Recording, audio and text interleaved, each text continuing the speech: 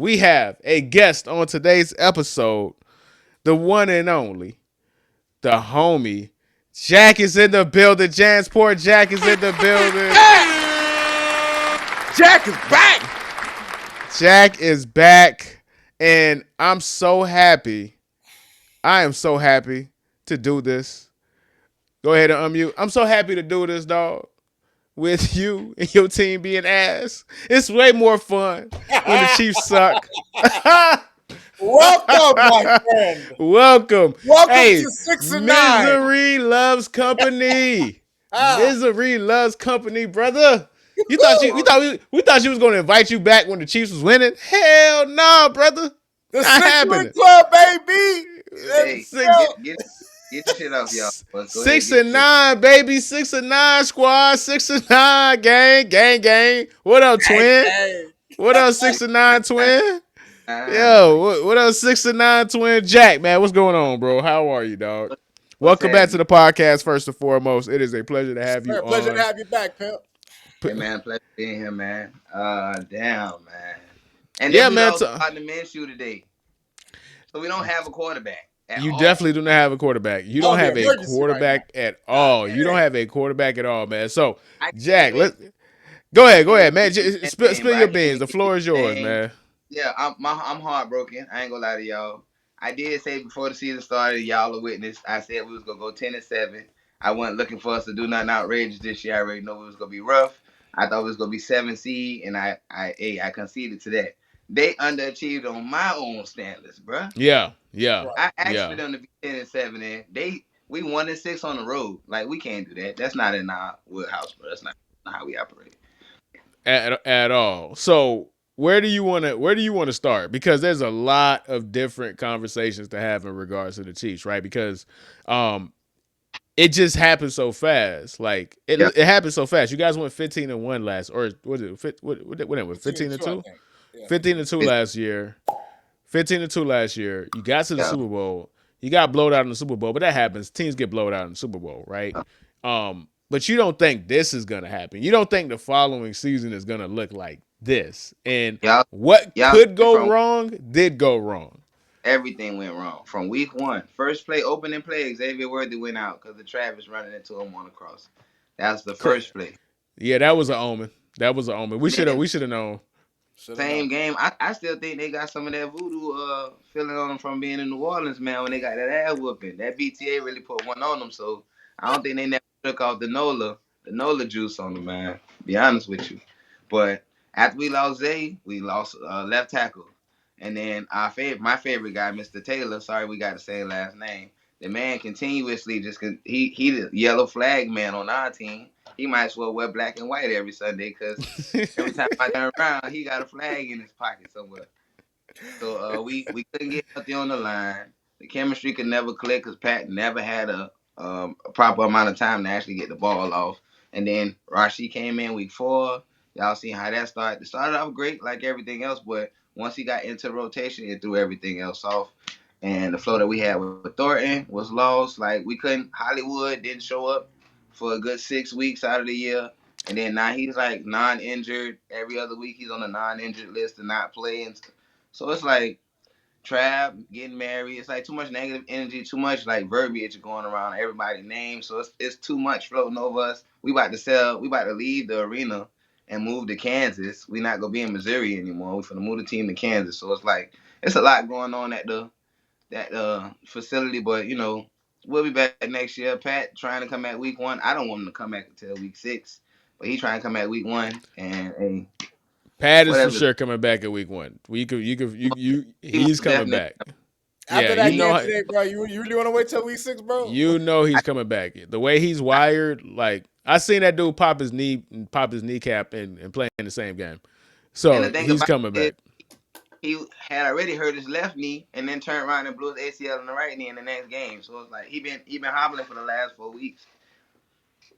And he continued to play because we had an opportunity to still make it. That's why I was cool with all of it going on. But when you ain't got no run offense to show up the lack of drops, not the lack of drops. And you haven't had a run offense in quite some time. Like, I can't remember the last time you guys had like a actual, I'm not going to say dominant. But even then, like, it's been about 3 years since you guys had a really good running game, right? Like at points you've had effective running games, but like a Yep. real good running game, it's been a while. The past 2 years have been non-existent, right? Like, Jamal, our last running back, man. Kareem Hunt that year he was there, but he got in trouble, so he was Jamal Charles picked up the slack for him that year. yeah, But exactly. that, when we played San Fran in the Super Bowl, that's the last time we had a actual running offense. Decent running back. So let me ask you this: what are you looking to see going into next season? What are some of the things that you feel like the team needs to improve on, and what are some of the things that you feel needs to change about the Kansas City Chiefs going into 2026? Outside of the obvious, which is running back, I think we need to get some more pass rushers on the defensive line. We could probably find one of them in the draft. It's a lot coming out next year, and we gonna be in a decent position. Now we currently at 12th, but if we lose out, that's a top 10 play, and we don't have to necessarily get a running back in the Hey, round. chill, So twin, chill, twin. We need that top 10 pick. It's us and you, bruh. It's really I know us and you. y'all at 11 and we at 12, but I like y'all, but Twin, we need that. but You look, got three Super y'all Bowls, had bruh. We need that pick, twin. Like we been twin, we need that. we've been drafting 27 and back for the last 6, 7 years, bro. We need something in the 10 real quick to get us a surefire. Yeah. Our offensive linemen we been getting, bro. They fall at the bottom of the first round. We ain't getting no Alabama stud. We ain't getting them big boys out of Nebraska or Ohio State. We getting some guy that just made it out of Texas Tech probably or something, and they call him the day. We don't need none of that. We need some hog maws on that. Sure, we got to show up that line. You know how Deion said, the battle is won in the trenches. We need somebody else to get at that quarterback though, because we got Bo and we got Herbert that's gonna run, guaranteed. They getting out of Yeah, the pocket, for sure, and for sure. both teams have run offenses. So the more we try and pressure the quarterback, they gonna leave. We need somebody to follow up on the pursuit. So Jack, let me ask you, man. Mm-hmm. Considering where the Chiefs are, like with the veterans on the team, Travis Kelsey's probably he might retire. Chris He gonna do Jones, one he more. wasn't the same. He gonna give us one more. He That's gonna it. give you one more. So how you That's feel it. about the Chiefs right now, man? Because it looks like y'all about to be in transition, bro. That's We are. We only got 3 wide receivers on the contract. That's Royals, Worthy, and Rice.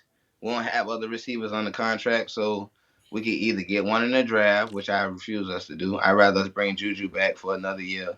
And like I said, I want Pat to sit out for the first 6 weeks just so we can get a feel of what we actually have on the team. Because you can see, as of today, they had to say it was 3-2 today in the second quarter, Yeah, and we that was was getting out. nasty. That that's was one of the So, nasty. ugliest scores I ever seen. That was like, Like a nasty. come on, baseball score. like, and then we got I can't even name our quarterback.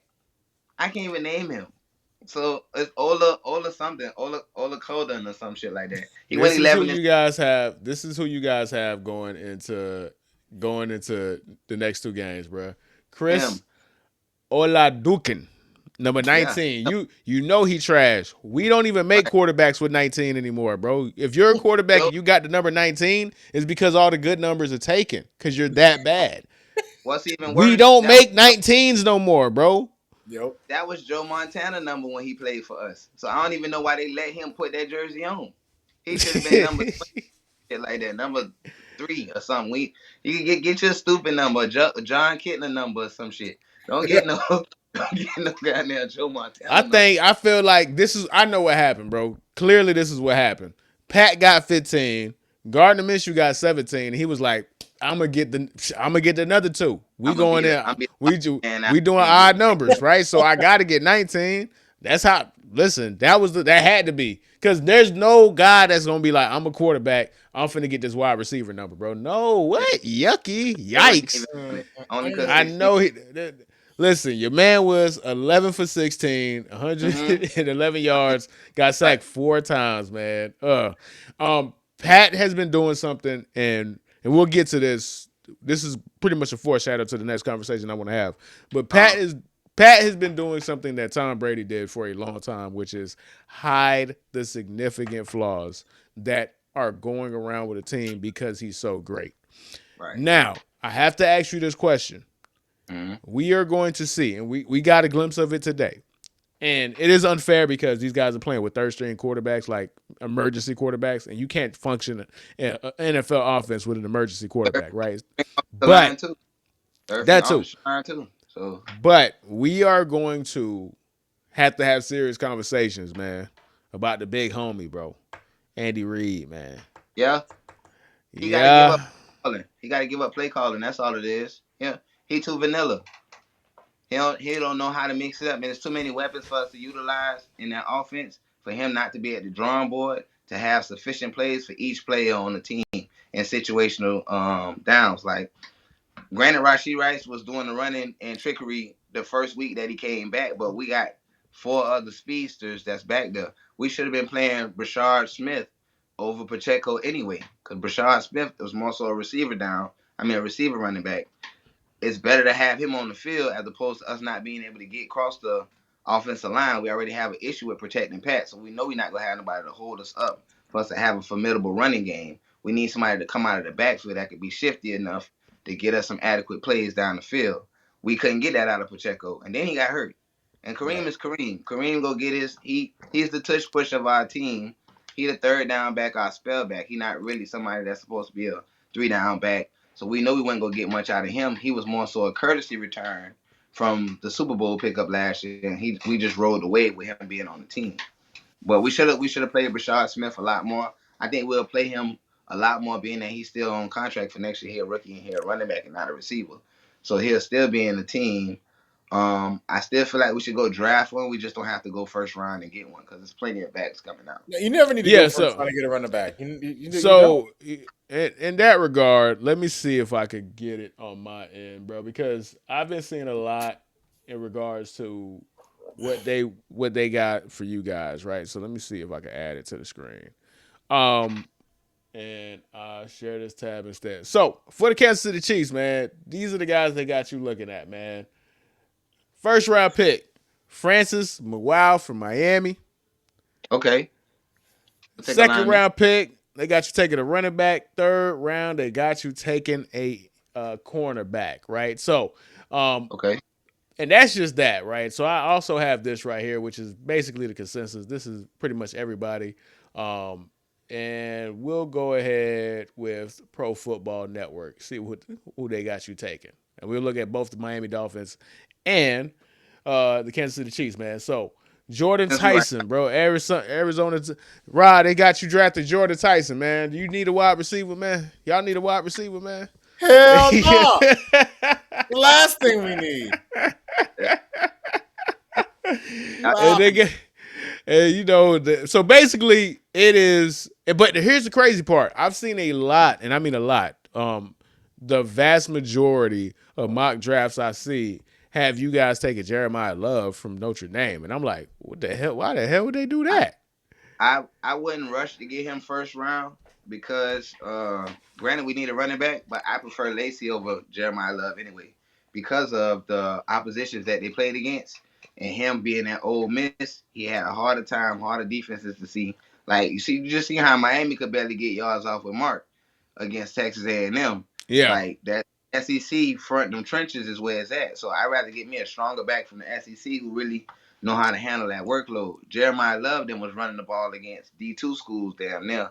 And them 174-yard games is more so him breaking for 2 for 60. It's not like he was in the trenches getting them 160 yards a game.